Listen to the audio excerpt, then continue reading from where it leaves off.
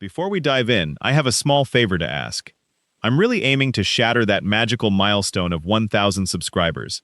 That number holds a special kind of magic for me. If you could hit that subscribe button, it's just a single click, but for me, it's a massive surge of encouragement to craft my next video. Thank you ever so much in advance. Obligated to marry a gay millionaire.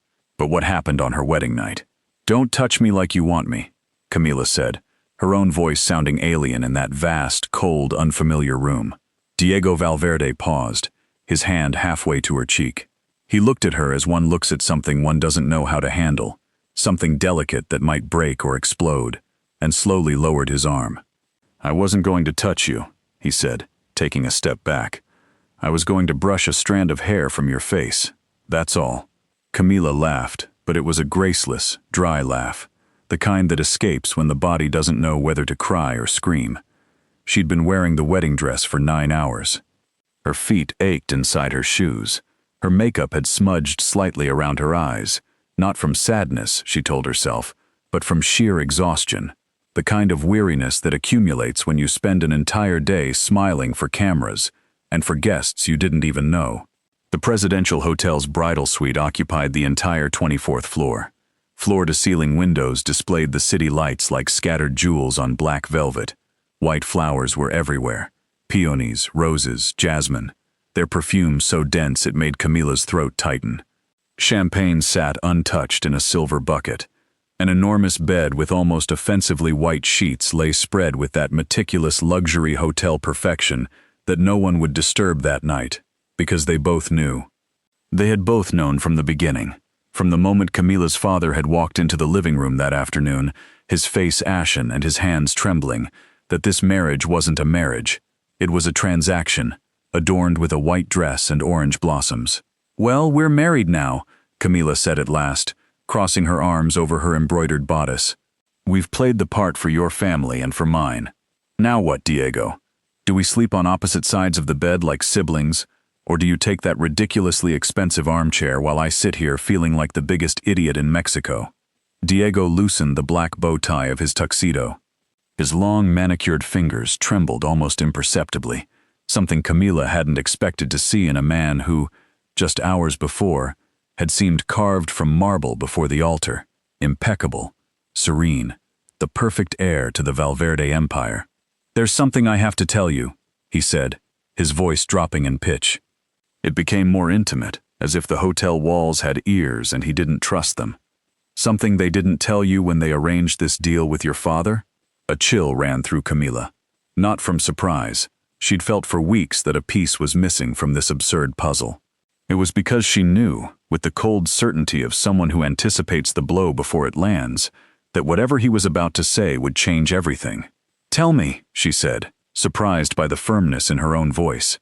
I already married you without even knowing your favorite color, Diego. There's not much more that can scare me now. He walked to the window and stood with his back to her, the entire city glittering behind his silhouette. When he spoke, he looked at the lights, not at her. This marriage has a condition, one that my family imposed and your father accepted without your knowledge. What condition? That it lasts for a year? That it looks real for a full year? Weddings, photos, events, everything. And then, he stopped, swallowed, and Camila saw his back tense beneath the fabric of his jacket. And then I can have something I need more than anything in the world. What? Camila took a step toward him, her dress whispering against the carpet. What will you have, Diego? He finally turned and looked her in the eye. There was something broken in his dark eyes, something Camila couldn't name then but would recognize later, when it was too late to feel pity for him. My freedom, he said, or the closest thing to freedom someone like me can have. I don't understand any of what you're saying.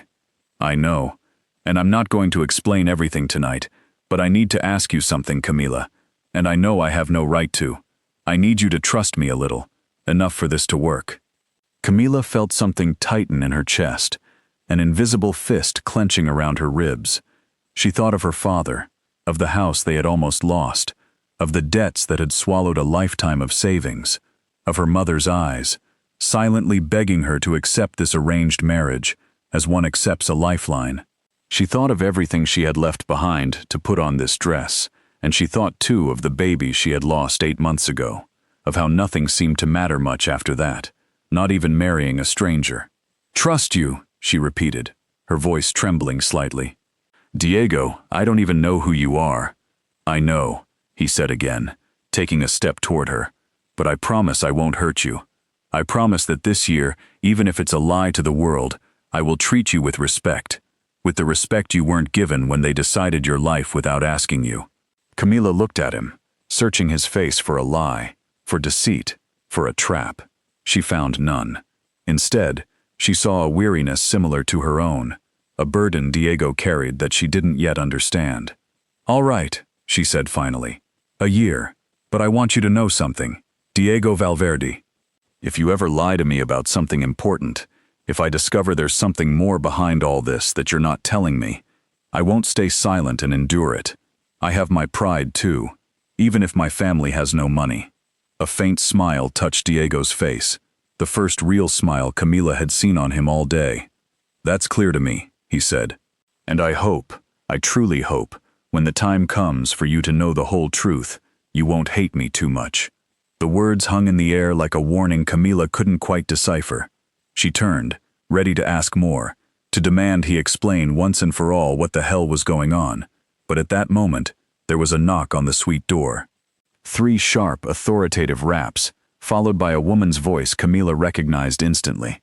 Diego's mother, Doña Renata Valverde, the matriarch who had overseen every detail of the wedding with a painted ice smile. "Diego, son, open up. I need to speak with you before dawn." Camila watched her brand-new husband's face transform in an instant. The vulnerability of a moment ago vanished behind a mask of perfect, trained, surgical calm. "Go to the dressing room," Diego whispered urgently. "Please, Camila, don't let her see you like this, still in the dress and without us having pretended to sleep together. She can't suspect anything yet." "Suspect what? Go." "I'll explain later. Trust me, if only for tonight." Camila, without fully understanding why she obeyed, crossed the room to the adjoining dressing room, a vast space filled with mirrors, where her reflection followed her, multiplied 20 times. 20 identical brides with pale faces and eyes full of questions. She closed the door just enough, leaving a crack through which she could listen unseen. She heard Diego's footsteps cross the suite. She heard the click of the door opening, and with her heart pounding against her ribs, heard Doña Renata's voice enter like a blast of icy air. "Is your wife asleep?" the woman asked, a barely concealed disdain in the word wife. "Because I need it to be very clear between us, son, that this wedding changes nothing of what we discussed. 1 year, not a day more. And that girl must never, you hear me, never, find out the true reason you're married to her." Camila held her breath, her hand pressed to her mouth, feeling the marble floor beneath her bare feet suddenly become far less solid than it had seemed all night. Camila didn't sleep that night. She sat on the floor of the dressing room, the wedding dress crumpled beneath her, her back against the mirrored wall, repeating Doña Renata's words over and over, as if they were stones thrown directly at her chest. That girl must never find out the true reason. What reason? What was it that everyone seemed to know but her? When dawn finally broke, and the first rays of sun slanted through the dressing room window, Camila closed her eyes for a moment and let her mind drift back, unbidden, 3 weeks. To the afternoon when it all began. Her father, Don Ernesto, had walked into the living room of their small Coahuacan house, the one they had paid off for 30 years, an yellow envelope in his hands, and his face the color of ash. Camila was in the kitchen making coffee when she heard the dull thud of her father collapsing into the armchair, as if his legs could no longer hold him. "Dad, what happened?" she had asked, drying her hands on her apron, her heart already tightening at the sight of his expression. "We're going to be left with nothing, my daughter," he'd said, his voice cracking on the last word. "The business, the bank debts. I've been hiding it from you for months because I didn't want to worry you, especially after everything you went through." Camila felt the air catch in her chest. She knew what her father was referring to, the loss of the baby 8 months ago, when she was only 6 months pregnant, and one afternoon, without warning, without any sign, her body had decided to stop sustaining that tiny life she already loved, with an intensity she hadn't known she was capable of feeling. The baby's father, her boyfriend at the time, had disappeared 2 weeks later, unable to bear the pain of them both. Camila had spent those months working as a nurse in the community hospital, functioning on autopilot, smiling at patients by day, and crying alone in her room at night. "How much are we talking about, Dad?" "Everything," he said simply. "The house, my savings, even your mother's pension is pledged as collateral. If I don't find a miracle in the next few weeks, they'll take everything, Camila. Everything." And then, as if the universe had been waiting for that exact moment of total despair, the phone had rung. A lawyer representing the Valverde family, one of Mexico's oldest and most powerful fortunes, owners of banks, construction companies, half of Mexico City's financial center. They had a proposal for Don Ernesto, a proposal that could save his family completely. Camila remembered hearing the call from the kitchen doorway, her heart pounding in her ears, unable to believe what she was hearing. An arranged marriage, his daughter, Camila, marrying Diego Valverde, the eldest son of the family, the heir. In exchange, all debts settled. The house saved, a patrimony for her parents for the rest of their lives. "I'm not going to force you into anything," her father had told her that same night, tears streaming down his weathered face. A man Camila had never seen cry like that.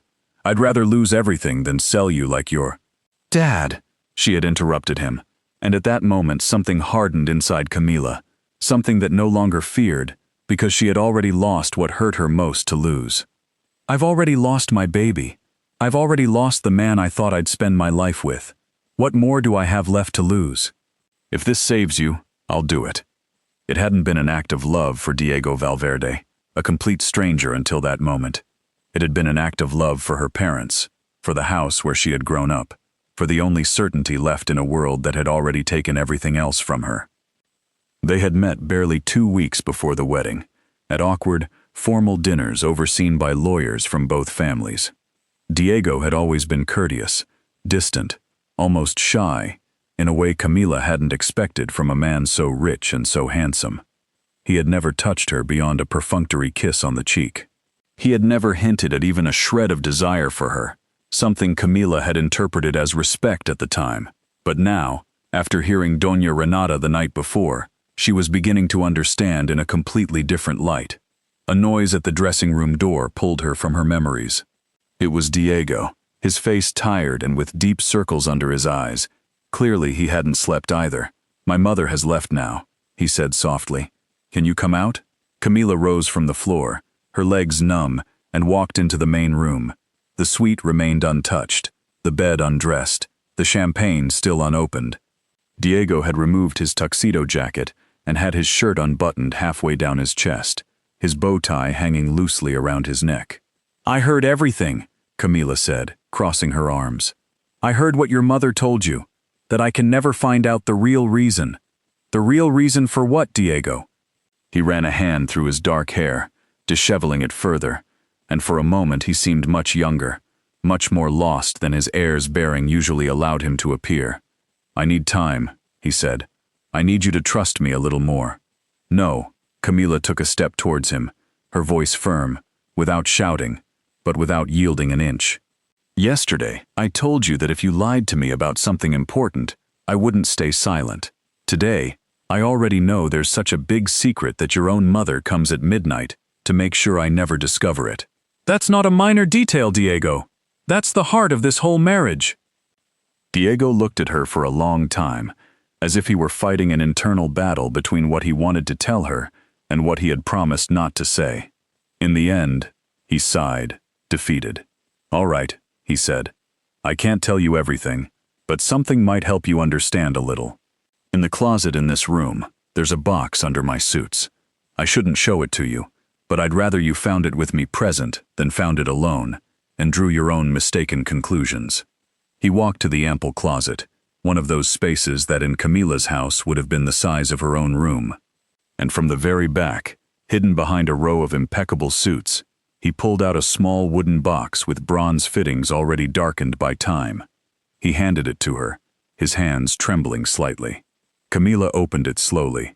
Inside were photographs, many photographs from different eras, all with the same two people.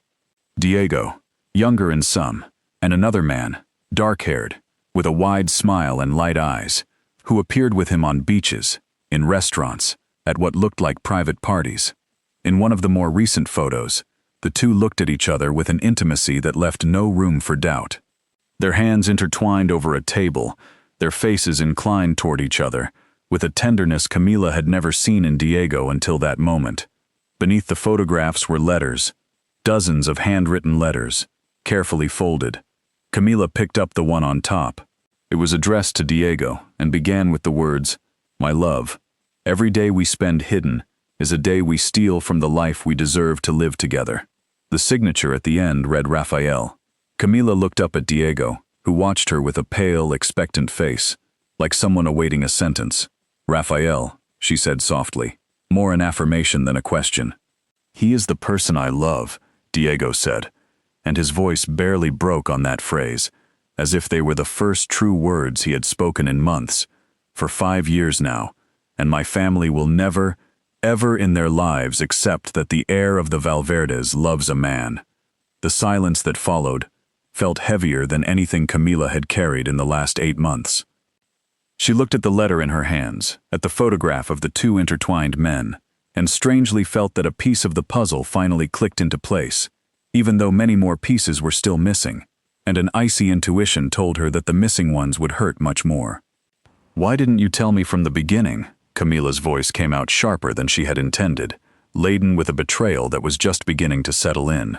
"My father negotiated my entire life, thinking it was a simple marriage of convenience for money.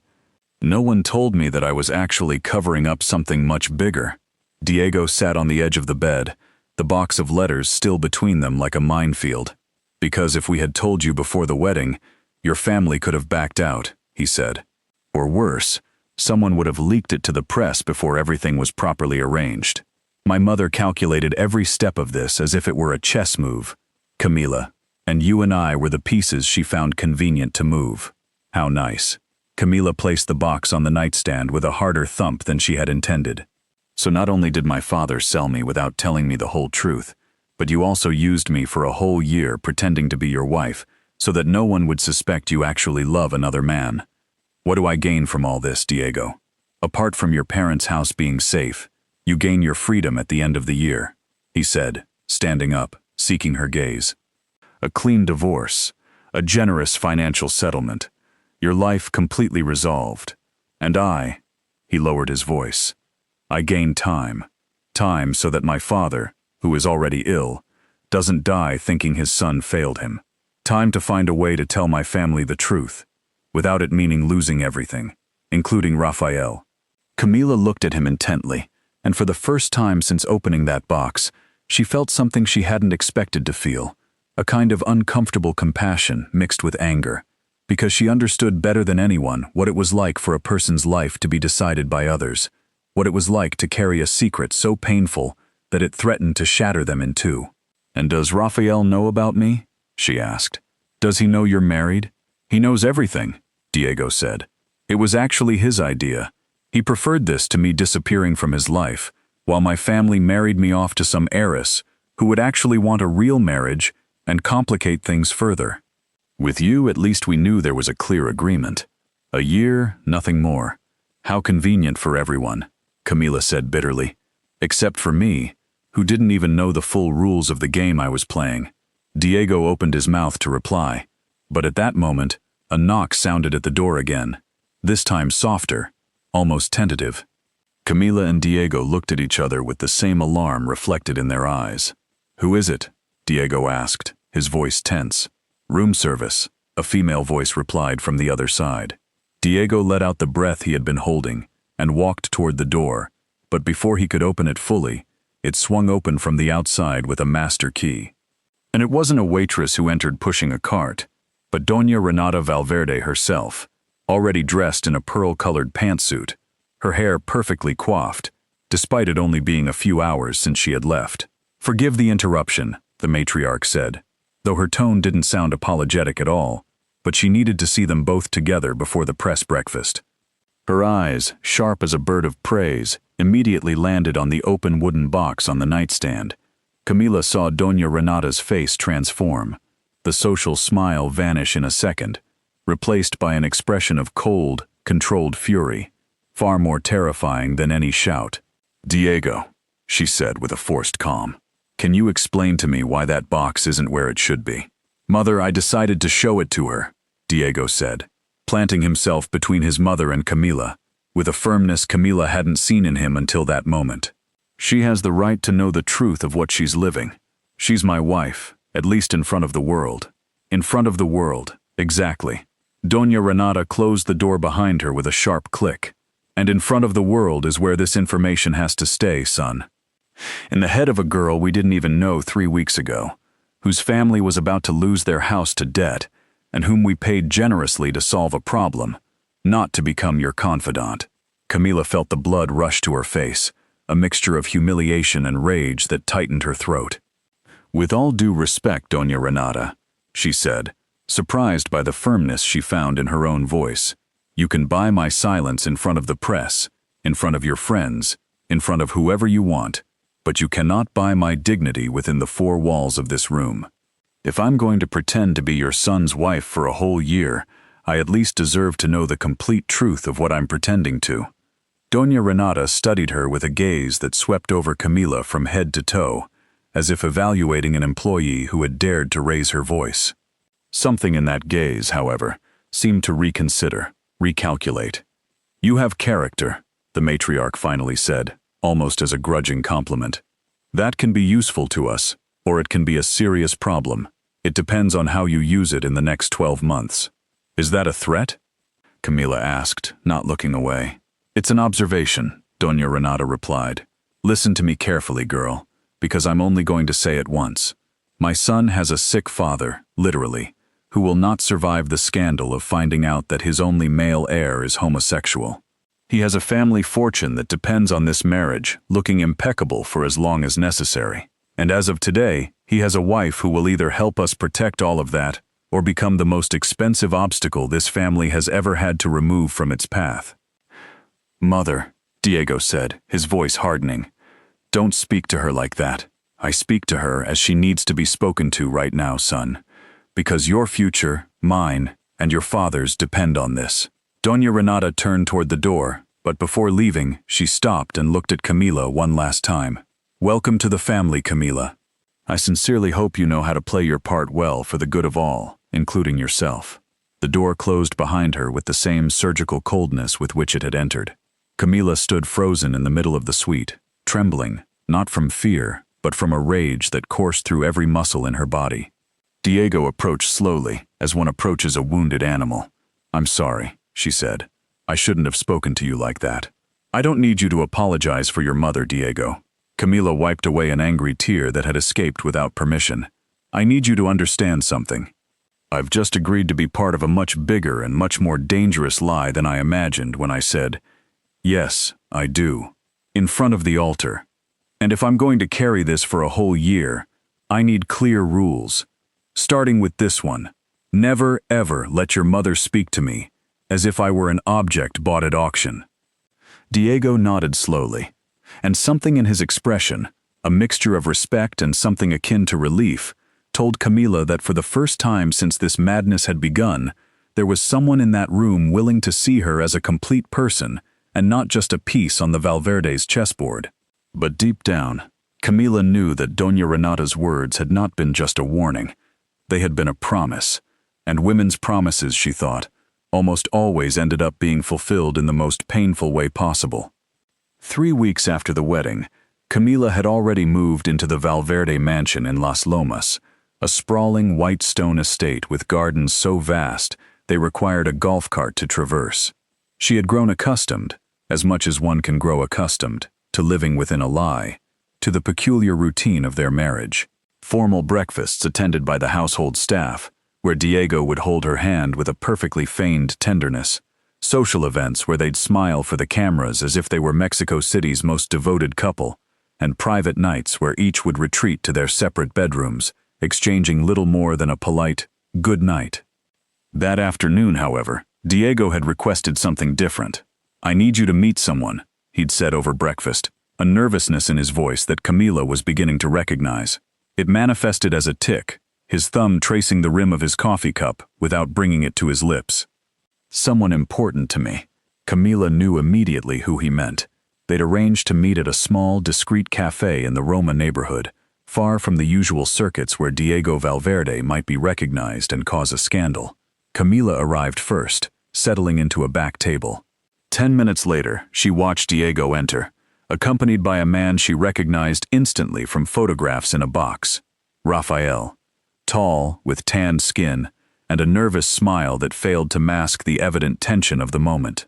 "Camila, this is Rafael," Diego said, his voice softer than Camila had ever heard it. "Rafael, this is Camila."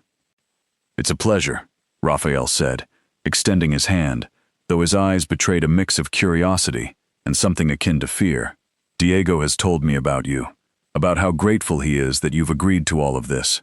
"I didn't do it for him," Camila replied, not intending to sound sharp, but unable to help it. "I did it for my family. Diego was just part of the deal." An awkward silence descended upon the table. Rafael lowered his gaze to his coffee cup, and Camila suddenly felt a pang of guilt. It wasn't fair to unload her bitterness onto this man, who, after all, hadn't chosen this impossible situation either. "I'm sorry," she said, softening her tone. "I didn't mean for that to sound harsh. It's just, all of this is still very strange for me." "I understand," Rafael said, his gaze lifting again. There was a genuine kindness in his clear eyes. "Believe me, I understand better than anyone. For 5 years now, I've understood what it's like to love someone I can't embrace in public, someone I can't introduce as my partner at a family dinner, someone I have to watch marry another person, knowing it's the only way I won't lose them entirely." Rafael's voice cracked on the last sentence. Diego reached his hand out from under the table, a gesture Camila noticed but pretended not to. He took Rafael's hand. A brief, almost imperceptible touch, yet it was laden with a genuine tenderness that starkly contrasted with the calculated coldness of everything else in their story. "Why don't you just leave, the two of you?" Camila asked softly, leaning forward. "Why don't you leave all this behind? The name, the money, the family, and go live your lives where no one can judge you?"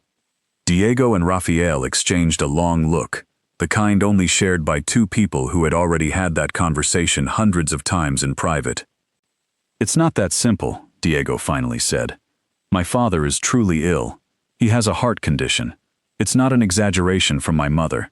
The doctor says any significant stress could trigger another heart attack, and the first one nearly killed him 2 years ago. If I were to come out now, without any preparation, without any buffer to cushion the blow for him, I don't know if his heart could take it. And there's something else," Rafael added, his expression unreadable to Camila, a mix of resignation and fear. "Diego's family business has contracts with the government, with very conservative foreign investors. Doña Renata has made it abundantly clear that if Diego comes out, as you say, she will move heaven and earth to disinherit him completely and block any business dealings that involve his name. It's not just his father's love that's at stake. It's literally his financial future, and mine too, because I work for one of the companies associated with the Valverdes." Camila felt the weight of the situation pressing down, becoming more complex than even her worst speculations had imagined. This wasn't just a marriage of convenience to cover up a sexual orientation. It was an entire web of threats, silent blackmail, and entire lives hanging by the slender thread of approval from a single woman, Doña Renata. "So, the plan is to wait a year?" Camila said slowly, as if piecing together a puzzle aloud. "And in that year, something happens that changes the conditions." "What exactly?" Diego and Rafael looked at each other again. This time, it was Rafael who spoke, lowering his voice even further, glancing around the cafe, as if the walls themselves might have ears. "The real plan is that within this year, Diego gains full control of the shares his father will inherit anyway, before Doña Renata can legally maneuver to take control of the company if something happens to her husband. Once Diego has control, she loses the power to threaten him with disinheritance. He can live his life however he wants. He can be with me openly, and he can continue to care for his father without his mother having any leverage against him. And that's where I come in," Camila said, finally understanding the missing piece. As long as the marriage lasts and appears convincing, your mother has no reason to accelerate any legal moves against you. The marriage gives Diego the time he needs." "Exactly," Diego replied. For the first time since Camila had known him, she saw something in his eyes that resembled genuine hope, not the social mask he wore for the world. "And believe me, Camila, I know this is a lot to ask. I know you're carrying a burden that wasn't entirely your choice, but I promise you, by the end of this year, you'll be free of all this, with your life sorted out, and with my eternal gratitude." Camila was silent for a moment, looking at the two men before her, the desperation masked beneath layers of composure, the genuine love seeping through the cracks of fear. She thought of her own loss, the baby she never got to know, the man who had abandoned her when she needed him most. She thought that, in some twisted way, she understood better than anyone what it felt like to love something or someone the world insisted on snatching away. "I'll help you," she said finally. "Not because I owe your mother, not even because I owe you, Diego, but because I know what it's like for life to take something you love away from you, and for there to be nothing you can do about it. And if I can prevent that from happening to you two, I will." Rafael, visibly moved, reached across the table and briefly squeezed Camila's hand. "Thank you," he said, his voice thick with genuine emotion. "Truly, thank you." It was at that moment, with the hands of the three of them briefly intertwined on the table of that discreet Roma cafe, that Diego's phone vibrated violently. He looked at the screen, and Camila saw his face drain of color in seconds. "It's my mother," he said, his voice strangled. "She says she needs to speak with me urgently. She says someone from the press contacted her asking about rumors related to me, and that if I don't get home in the next hour, she's going to handle things herself." The cafe, which until that moment had felt like a sanctuary, suddenly transformed into a trap about to spring shut. The mansion in Las Lomas was lit up as if for a party when Camila and Diego arrived. But no celebration awaited them. Doña Renata met them in the main foyer, her face, normally controlled to perfection, now showing the cracks of a woman on the verge of contained panic. "Someone from Confidencias magazine called my assistant," she said without preamble, pacing back and forth across the polished marble floor, asking if it was true that Diego's marriage was a facade to hide his true orientation. They used those exact words, Diego. "Someone is leaking information," she continued, her eyes narrowing. "Someone who knows too much." Camila felt a sudden chill run down her spine.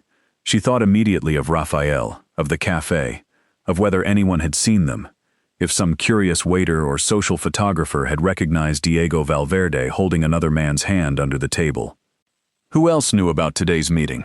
Doña Renata demanded, fixing her gaze first on Diego, then with an intensity that made Camila's skin prickle, on her, because it was only you two and that boy present. "Mom, no one saw us," Diego said, though his voice lacked the conviction of his words. "In this world, my son, one is never careful enough." Doña Renata stopped in front of Camila, studying her with undisguised suspicion. "Was it you? Did you say anything to any friends, to your family, about what you discovered that night?" "No," Camila replied firmly, not lowering her gaze. "I haven't told anyone. And if you truly believe I would be capable of destroying my own family, which depends on this marriage working, by leaking information to the press, then you don't know me at all, Doña Renata." The matriarch held her gaze for a long moment, evaluating her. Something in Camila's firmness seemed, however grudgingly, to convince her. "All right," she said finally. "I believe you, for now, but this means we have to act fast before any rumors gain more traction." She turned to Diego. "We're going to organize a large, public event. Something that demonstrates, without a shadow of a doubt, that your marriage is solid, real, and absolutely conventional. A 1-month anniversary, perhaps, with all the press we can invite. And there, you will have to act like the most besotted husband this city has ever seen." "And what if that's not enough?" Diego asked, a hint of desperation peeking from beneath his composure. "Then we'll have to get more aggressive," Doña Renata said, her expression hardening in a way that Camila found genuinely terrifying. "I have contacts at that magazine. If necessary, I will ensure that anyone behind this leak understands the consequences of continuing to talk. And if it turns out to be that boy, Raphael, I have ways to ensure he loses his job, his references, and any possibility of finding employment in this country again." "Mother, don't you dare," Diego said, a contained fury Camila had never seen in him. "Raphael has done nothing, and if you touch a single hair on his head, if you harm him in any way, I swear I will stop pretending right now, in front of anyone. Consequences be damned for everyone." The silence that followed that threat was dense, charged with electricity. Camila watched mother and son face off, two iron wills clashing in that marble foyer. She felt she was witnessing the true heart of this family, not love, but power and the constant struggle to control it.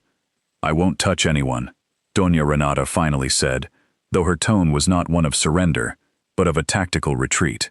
"But I hope you understand, Diego, that every decision you make has a price, and at this moment, the price of your friendship with that boy could be this family's entire reputation, your father's health, and the financial future of everyone, including that girl you married." She turned and ascended the main staircase without another word, leaving behind a silence as heavy as lead. That night, Camila couldn't sleep. She lay in her room, staring at the high, ornate ceiling, her mind replaying Doña Renata's words, the veiled threat towards Raphael, Diego's pale face when his mother had mentioned hurting the one he loved. She thought of her own father, of the nights she herself had feared losing everything, and then, with a clarity that surprised her, she realized she couldn't stand by and watch this woman manipulate everyone around her as if they were disposable pawns on her personal chessboard.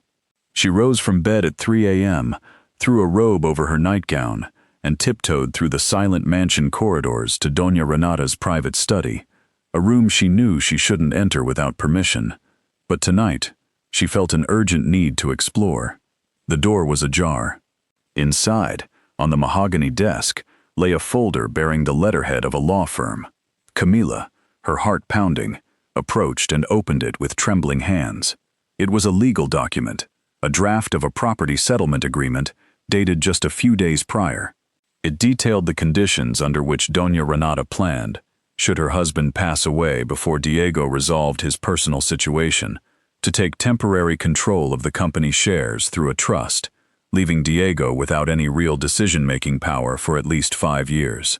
Camila felt a chill run down her spine. This wasn't just a warning. Doña Renata was already secretly orchestrating a legal plan to strip her own son of control of the company if he didn't bend to her will. And worse, a clause underlined in red ink specifically mentioned that any scandal related to the heir's personal life would automatically activate that trust, regardless of his father's health. She heard footsteps approaching down the hall. She snapped the folder shut hastily, but not fast enough.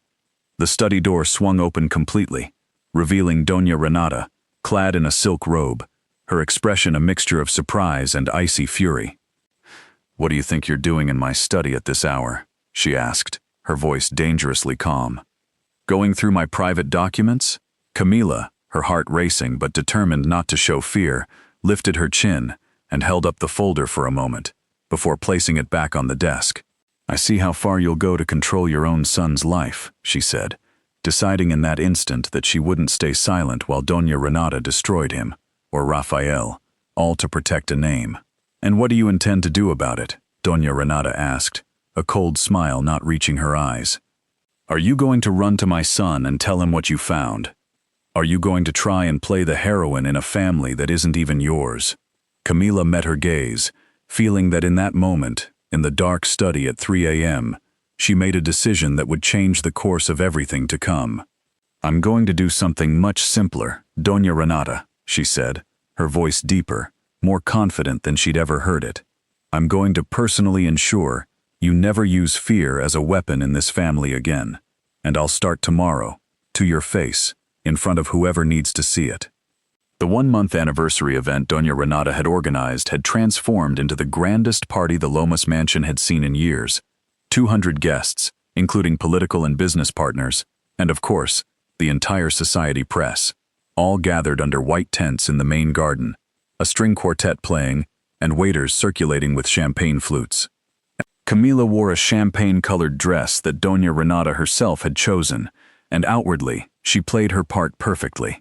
The radiant wife, arm in arm with Diego, smiling for the cameras, posing for carefully choreographed photographs. Inside, however, she had spent 3 days carrying the weight of what she had seen in that study at 3 a.m., and a determination that had only grown. Rafael was also there, invited under the pretense of being a family friend, a business colleague of Diego's, seated at a distant table, observing the entire scene, with attention barely concealed behind his wineglass.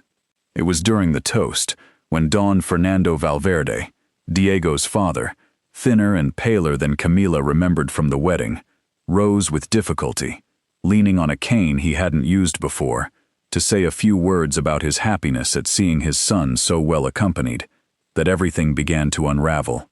"Before my father-in-law continues," Camila said, rising too, a glass in her hand, her voice loud enough to silence the nearby tables, "I would like to say a few words myself about this marriage, about what it truly means." Diego looked at her with an expression of utter panic, and under the table, she felt his hand close over hers, squeezing, silently begging her to stop. Camila, however, had already made her decision. This marriage began as an arrangement. Her voice trembled slightly, but didn't falter. A deal between two families, where I had little say in my own destiny. And over these past few weeks, I've learned something about this family that I want to share with all of you tonight. "Camila," Diego whispered, his voice laced with urgency. "Please, no." But she continued, feeling Doña Renata, seated 2 tables away, visibly stiffen, her face losing color beneath her flawless makeup. "I've learned that true love, the love worth protecting, doesn't always look the way the world expects it to. And I've learned that there are people willing to sacrifice the happiness of those they love most, just to maintain appearances in the eyes of a world that judges too quickly and forgives too little." A murmur began to spread among the guests, confusion mixing with morbid curiosity. Don Fernando, still standing by his cane, looked at Camila with a bewildered expression. "Diego," she continued, turning to her husband, and in that moment, she decided to play her final, riskiest card. "You deserve to be happy, truly happy, not pretending in front of 200 people every night. And I think it's time this family understood that true honor isn't in perfect appearances but in the courage to defend those we love, no matter the cost." Doña Renata shot to her feet, her chair scraping the floor with a screech that cut through the atmosphere like a knife. "Camila, I think you've had too much champagne," she said, forcing a smile for the nearest guests, desperately trying to control the damage. "Why don't we go inside and get you some air?" "I haven't had anything to drink, Doña Renata," Camila replied calmly, meeting her gaze unflinchingly. "I am perfectly sober, and for the first time since I joined this family, I'm saying exactly what I think. Enough." Doña Renata's voice boomed across the garden, her attempt at composure gone. "I don't know what you think you're doing, but this ends right now." It was then that Diego, who had been frozen throughout the exchange, slowly rose from his chair. Camila saw something change in his expression, as if the fear of a lifetime was beginning to yield, even if just a little, to something stronger. The courage Camila had just shown him proved it was possible. "Mom," Diego said, his voice trembling, but unwavering. "Camila is right. For 5 years, I've been living a lie to protect you, to protect the name, to protect a business that isn't even mine yet. And I've seen what that fear does to the people I love." "Diego, no," Doña Renata said. And for the first time, her voice showed a genuine crack of panic, not control. "Don't do this here. Don't do this like this." "Rafael," Diego said, ignoring his mother completely, turning towards the table where Rafael sat, motionless, his heart visibly pounding through his shirt. "Come here, please." Absolute silence fell over the garden. 200 guests, the press with cameras already raised. Don Fernando gripping his cane, his knuckles white, all watching as Rafael slowly rose from his chair and walked towards the center of the party, towards where Diego waited. "This is Rafael," Diego said, his voice now firm, laden with a determination that seemed to have been waiting 5 years to emerge. "He is the person I've loved for 5 years, and I am tired, deeply tired, of pretending otherwise, just so this family can maintain an image I no longer care to uphold. The camera flashes began to explode uncontrollably. Doña Renata brought a hand to her mouth, her face transforming into a mask of utter horror. Don Fernando took a faltering step forward, his cane striking the ground with a dry thud. "Diego," his father said, his voice one Camila couldn't quite interpret, whether it was pain, surprise, or something entirely different. "Is this true?" "It's true, Papa," Diego said, his gaze never leaving his father's. His eyes already filling with tears, he made no attempt to hold back. "And I'm so sorry for not telling you sooner, for fear of hurting you. But I can't live like this anymore. I can't." Doña Renata, her face completely contorted, turned to Camila with a fury she no longer bothered to conceal. "You did this," she hissed, her voice barely audible but laced with absolute venom. "You caused all of this. I'll make sure you regret ever setting foot in this family." And it was at that moment, with 200 guests as witnesses, with the press cameras capturing every second, with Don Fernando slowly advancing towards his son, his expression shifting between shock and something that seemed, against all odds, to begin softening into understanding, that Doña Renata raised her right hand and, without thinking, without measuring the consequences in front of all those flashing cameras, slapped Camila. The sound resonated through the garden, in a silence that left no room for doubt about who the true villain of this story really was. The sound of the slap still seemed to echo in the air, when Don Fernando, leaning heavily on his cane, moved to stand between his wife and Camila, with a speed no one would have expected from a man in his condition. "Renata," he said, his voice weak from illness but carrying an authority Camila had never heard him use. "What in God's name have you just done? Don't you understand what's happening?" Doña Renata said, her hand still raised, as if she hadn't quite processed what she had just done in front of 200 witnesses and the entire press. "Our son has just ruined everything we've built, and this girl provoked him. What I just heard," Don Fernando said, his eyes fixed on his wife, his voice trembling with an emotion Camila couldn't quite name, "is that my son has been suffering in silence for 5 years for fear of disappointing us. 5 years, Renata? And instead of asking ourselves what we did wrong to make our own son feel he couldn't trust us, you just hit the only person in this garden who had the courage to speak the truth." The entire garden stood in absolute silence. 200 guests, transformed into mute witnesses of a family fracturing and reforming before their very eyes. Camila, her cheek still burning from the slap, felt Diego approach and take her arm with infinite gentleness. "Are you all right?" he asked, his voice etched with a genuine concern that was no longer feigned. "I'm fine," Camila replied, discovering to her surprise that it was true. The physical pain of the blow paled in comparison to the wave of relief that washed over her for finally having spoken the complete truth. "Worry about your father and about Rafael." Don Fernando then turned towards Rafael, who remained standing beside Diego, pale, his fists clenched at his sides as if bracing for any blow, verbal or physical, that might come. The patriarch of the Valverde family studied him for a long moment, and Camila held her breath, uncertain what to expect. "Are you the man who makes my son happy?" Don Fernando finally asked. "Yes, sir," Rafael responded, his voice barely steady. "For 5 years, and I am truly sorry you had to find out this way." Don Fernando nodded slowly, and something in his weary expression softened, as if 5 years of invisible tension had finally found an outlet. "I am more sorry," the patriarch said, "that my son has spent 5 years thinking my love for him depended on who he chose to love. That's what I truly regret, young man, and I intend to spend the rest of my time in this world making amends for that mistake, if Diego will allow me." Diego, tears streaming openly down his face, embraced his father with a strength that seemed to surprise the older man, who, after a moment's hesitation, returned the hug with equal intensity. The camera flashes continued to pop, capturing every second of this impossible reconciliation, but for the first time all night, no one there seemed to care. Doña Renata, however, remained frozen, her face a mask of fury, and something that began to resemble shame, watching her husband and son reconcile precisely over the truth she had spent years trying to bury. "This isn't over," she finally said, her voice cracking. "The company, the contracts, the investors, this is going to cost us. It's all that will cost us, Renata." Don Fernando interrupted her with a firmness that left no room for argument. "It's what has already cost us. 5 years of our son's life, living in fear within his own family. And as for the company, the trust fund I discovered you set up behind my back to gain control, if anything were to happen to me, that is something you and I will discuss privately tomorrow, with my lawyers present, not yours."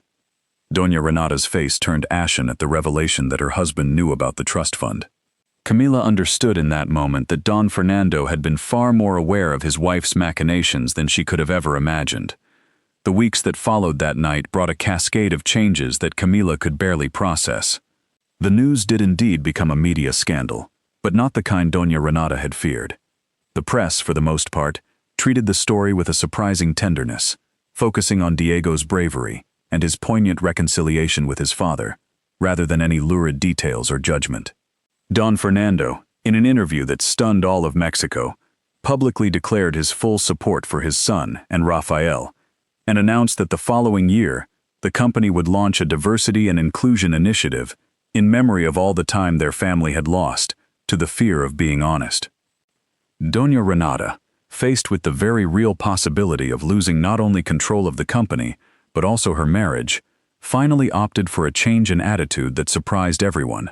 Although Camila suspected it was more a strategic retreat than a genuine change of heart, she formally agreed before her husband's lawyers to relinquish any claim to control over the trust fund. And while she never openly apologized to Camila for the slap or for months of disdain, she did begin to treat her with a distant respect that, coming from her, was already a considerable victory.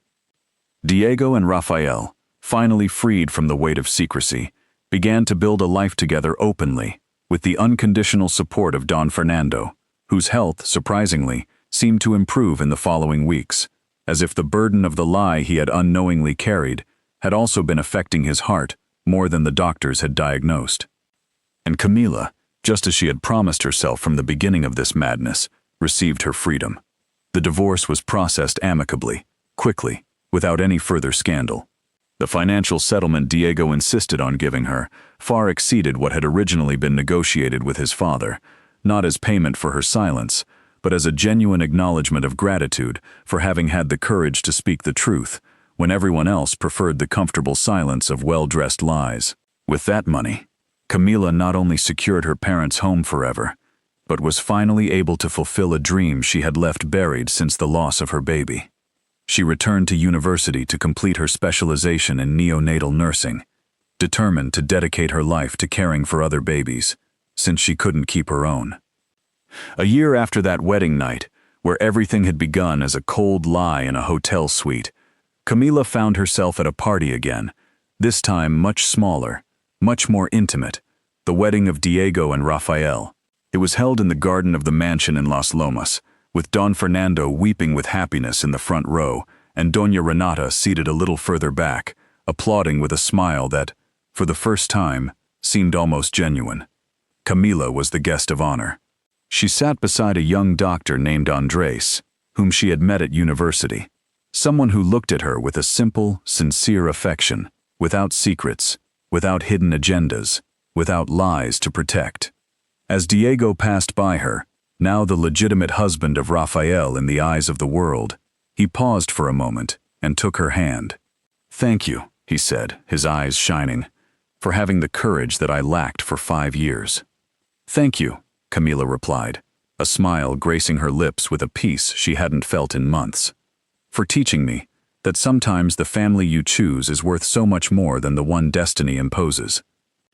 And as the party continued around them, with music and laughter filling the garden where a slap and a painful truth had once resounded, Camila understood that this arranged marriage, which had begun as the worst nightmare of her life, had ultimately become the most unexpected path to the life she truly deserved.